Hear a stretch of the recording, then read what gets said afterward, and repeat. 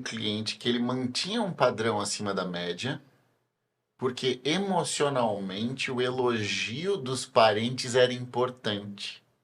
Olha, lá vem O o riquinho. rico.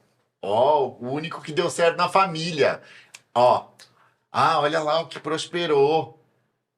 Ele não quer perder essa referência, ele não quer ser. Ele se acostumou emocionalmente com esse reconhecimento. E às vezes a empresa precisa que você baixe o padrão e o empresário ele precisa se flexibilizar, né? Você resolveu você ter CNPJ, você tem que se flexibilizar. É uma escolha. Mas ele não consegue porque ele não quer perder o reconhecimento da família. E não é uma coisa que ele sabe disso, né? É inconsciente. É os 95% que eu sempre falo, tá lá no subconsciente. Ele só sabe que precisa manter aquilo ali. Então ele faz automaticamente para manter aquele padrão. Mas é uma programação do subconsciente, né? O medo de ser julgado, o medo de voltar atrás, das pessoas falarem que agora quebrou, que agora não pode, né? Você falou em voltar atrás, né? Eu sinto muito isso quando a empresa tem a necessidade de fazer redução de custo, redução de equipe, enxugar para ter mais lucro. No final vai sobrar mais no final do mês.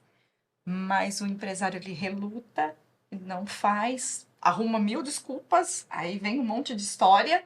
Por quê? Para não baixar o padrão, que ainda, aos olhos de pessoas próximas da sociedade, existe aquela métrica de, tá crescendo, tá faturando bastante, tá empregando muita gente, tá crescendo.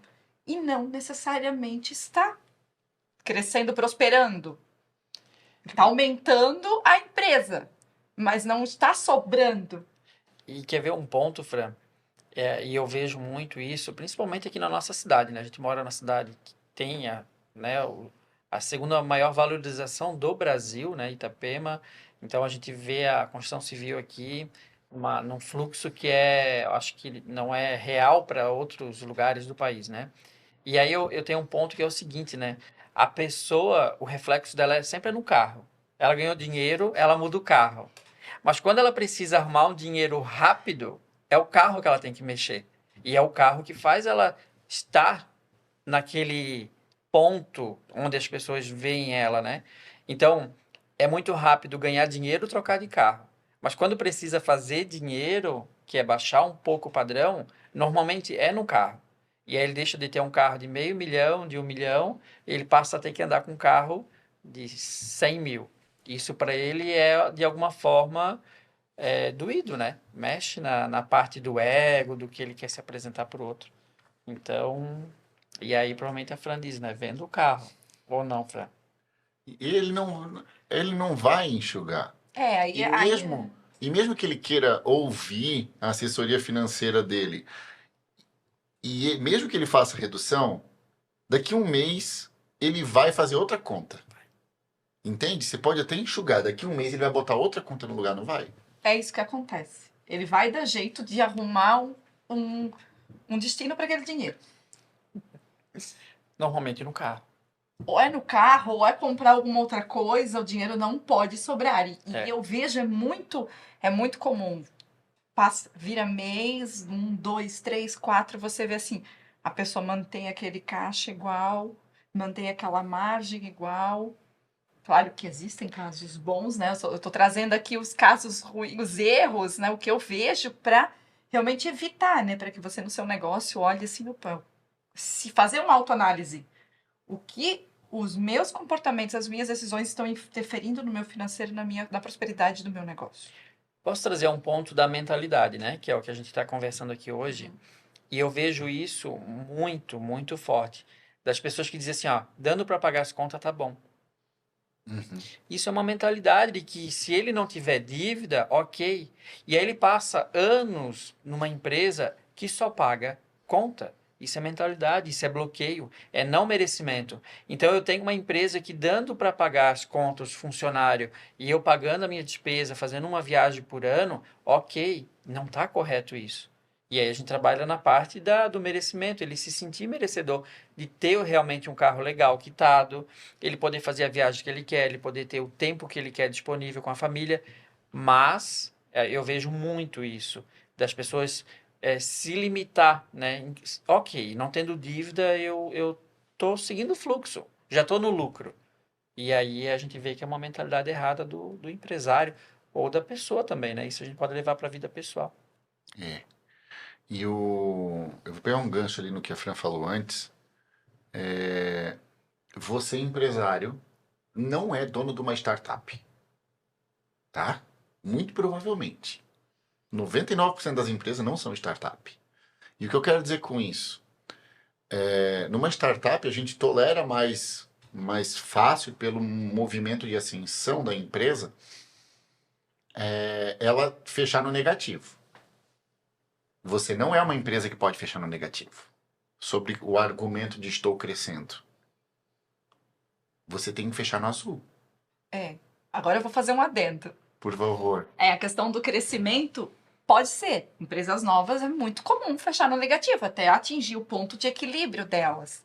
Mas o que diferencia de você fechar no negativo e logo melhorar é o planejamento. É a organização. É você fazer um orçamento, fazer um planejamento financeiro. Daqui a tantos meses eu vou ter um faturamento X, vou ter uma margem de lucro de tantos por cento e vai me sobrar tanto na empresa, eu vou começar a ter um retorno sobre o meu investimento. Você precisa ter metas claras. Aqui nós estamos falando com 2 profissionais que lidam muito bem com metas, né? O Thiago fala muito nas mentorias dele, e eu acho que isso faz muito sentido, e o financeiro, ele é uma ferramenta para isso. Fazer um planejamento estratégico, um planejamento orçamentário, para saber também te dar mais segurança, para tu dar um passo a mais. É que sabe o que eu vejo muito? O empresário, ele não virou a chave que ele é empresário.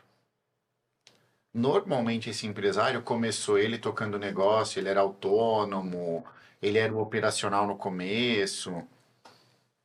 E o foco dele estava no ofício em si. Só que conforme o negócio vai crescendo, ele vai tendo funcionários, esse empresário precisa entrar no papel de empresário.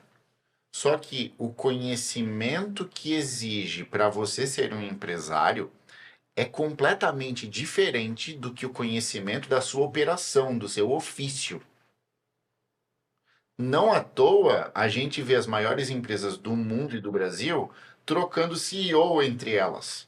O cara era um empresário do ramo de tecnologia, veio para o ramo de cosmético. Porque empresário é empresário em qualquer lugar. Porque empresário vai olhar números. Empresário vai querer, fechou no vermelho? Por que fechou no vermelho? Tem que ter um bom argumento para estar fechando no vermelho. E pode fazer sentido, como a Fran falou. Mas a maior parte dos empresários pequenos, médios, principalmente aqui no Brasil, não tem a cultura de se desenvolver como empresário. Então, se você está acompanhando esse podcast com a gente, parabéns. Porque muito provavelmente você já está acima de 90% da média. Você já está nos 10% aí acima da média. Quer ficar nos 5%, no 1% acima da média? Se inscreve na M8. O link está aqui na descrição. 15 dias de graça. Mas é fato, o empresário, ele não faz essa jornada de entender como empreender de forma correta. E aí o que a gente vê, empresas que começam a ter uma ascensão, é nesse momento que elas começam a ter dificuldade de quebrar. E veja só a loucura. É justamente quando você está vendendo mais e crescendo que você quebra, que você tem prejuízo. Percebe como é? E acontece, não acontece, Fran? É o mais comum, porque aí entra a questão do merecimento. O empresário, a empresa vê dinheiro entrando mais do que ele estava acostumado e percebe, só olha a primeira linha da DRE, que eu falo, que é o faturamento. Não olha todos os custos envolvidos. Aí começa a melhorar um pouco o administrativo, contrata mais alguém que talvez não seja necessário, começa a se dar ao luxo de ter mais gastos, sem precisar. Lógico, não sou contra custos, desde que eles sejam necessários, que ajudem a melhorar o resultado do negócio. E aí, quando vê, a margem de lucro reduz pela metade, às vezes inverte, fica negativa. Porque você aquela falsa sensação de que está tendo mais lucro, mas na verdade está entrando mais dinheiro com as vendas, que faz com que os gastos comecem a aumentar não na mesma proporção. Que, na verdade, os gastos, quando a empresa cresce, a tendência deveria ser, reduzirem proporcionalmente. Não diminuírem, mas assim, em percentual, comparado com a receita, serem menores, porque aí você está numa operação maior e ela de escalar e tende a sobrar mais dinheiro. E o que mais se vê é o movimento contrário.